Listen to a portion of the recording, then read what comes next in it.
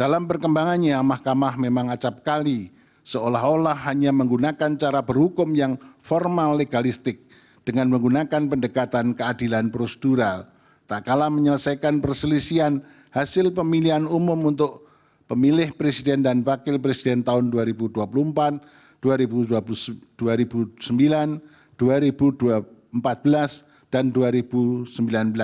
Sebab tidak ada kebutuhan atau urgensi yang memaksa mahkamah untuk keluar dari paradigma keadilan prosedural.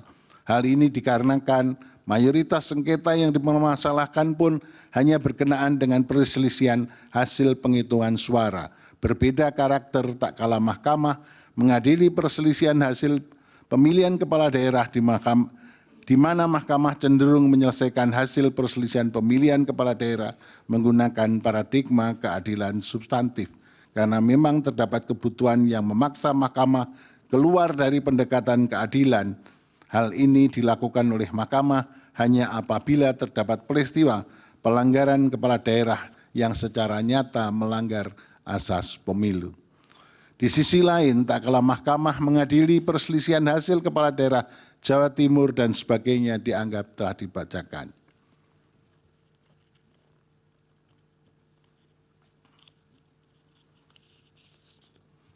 Pada titik ini, mahkamah tidak hendak menjadikan dirinya sebagai peradilan pidana atau peradilan perdata.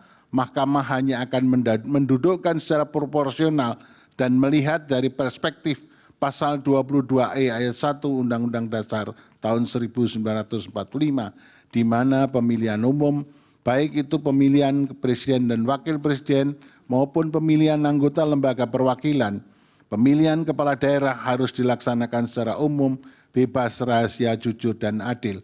Oleh karena itu, permohonan para pemohon pada dasarnya masih termasuk ke dalam ruang lingkup kewenangan mahkamah. Pemilu juga harus dilaksanakan sesuai dengan prinsip pemilu yang menyatakan tidak seorang pun boleh diuntungkan oleh penyimpangan dan pelanggaran yang dilakukan dan tidak seorang pun boleh dirugikan oleh penyimpangan dan pelanggaran yang dilakukan oleh orang lain. Dalam konteks pembuktian, dalam perkara perselisihan hasil pemilihan umum, khususnya pemilihan umum, pemilihan presiden dan wakil presiden, beban pembuktian pada awalnya berada pada pihak pemohon. Namun, jika pihak termohon dan pihak terkait membantah, maka beban pembuktian akan bergeser pada keduanya. Disinilah terjadi peralihan beban pembuktian, shifting the burden proof. Sebab dalam perselisihan hasil pemilihan presiden dan wakil presiden, selain waktu penyelesaiannya terbatas atau speedy trial, juga karena pada dasarnya data itu sendiri dikuasai oleh penyelenggara pemilu, dalam hal ini KPU dan Bawaslu. Oleh karenanya, apa yang dilakukan oleh para saksi memang sangat terbatas dan hanya dapat menunjukkan adanya gejala atau bukti awal adanya penyimpangan dan pelanggaran yang tidak sampai pada level pembuktian beyond reasonable doubt, sebagaimana dipraktekkan dalam pembuktian perkara pidana. Oleh karena itu, paradigma pembuktian dalam derajat beyond reasonable doubt tidak tepat dan tidak dapat dipraktekkan dalam peradilan pemilu in casu Mahkamah Konstitusi. Sementara itu, pada pendapat berbeda, kali ini saya secara khusus akan memberikan catatan dalam penyelenggaraan pemilu presiden tahun 2024. Berdasarkan ulean pertimbangan tersebut di atas sebagai berikut. 1. Demokrasi yang kita anut adalah demokrasi Pancasila, yang artinya pelaksanaan demokrasi yang didasarkan pada nilai-nilai luhur Pancasila. Pancasila tidak hanya sekedar menjadi cita hukum dalam pembentukan hukum nasional, tapi juga merupakan cita etik yang menjadi rujukan dalam bersikap dan bertindak, tidak hanya bagi penyelenggara negara, termasuk presiden dan seluruh infrastruktur politiknya, tapi bagi seluruh warga negara. Sebab negara kita tidak hanya harus diselenggarakan sesuai dengan prinsip rule of law, tetapi juga prinsip rule of ethic. 2. Dalam rangka melaksanakan prinsip rule of ethic dan agar semua penyelenggara negara tunduk pada nilai etika yang luhur yang terdapat di dalam Pancasila, maka pelaksanaan rule of ethic perlu ditegakkan oleh suatu mahkamah etik nasional.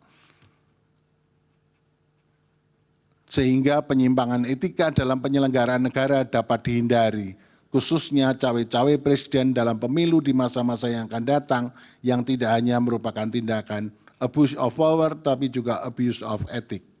3. Desain hukum pemilu, terutama konstrain waktu penyelesaian sengketa perselisihan hasil pemilihan umum perlu ditambah tidak hanya 14 hari dengan mempertimbangkan ruang lingkup wilayah sengketa yang meliputi wilayah Indonesia sehingga didapat waktu penyelesaian yang rasional, proporsional dengan mengingat adanya waktu pemilihan presiden putaran kedua dan waktu jadwal ketatanegaraan pada bulan Oktober.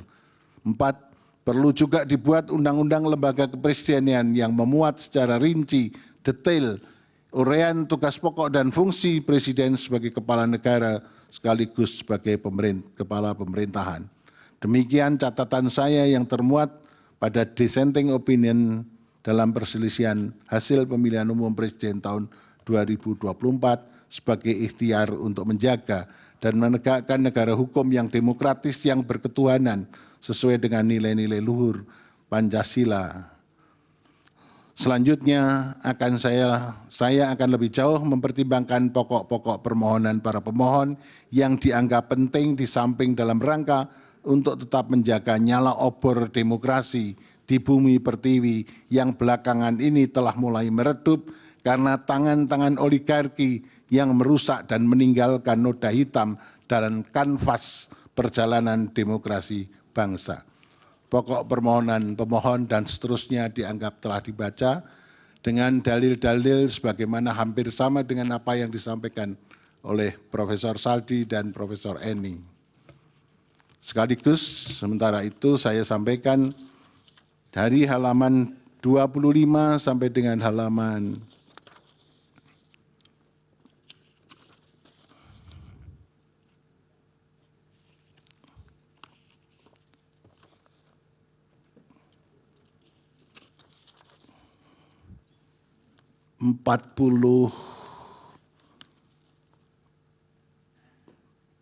54 dianggap telah dibacakan.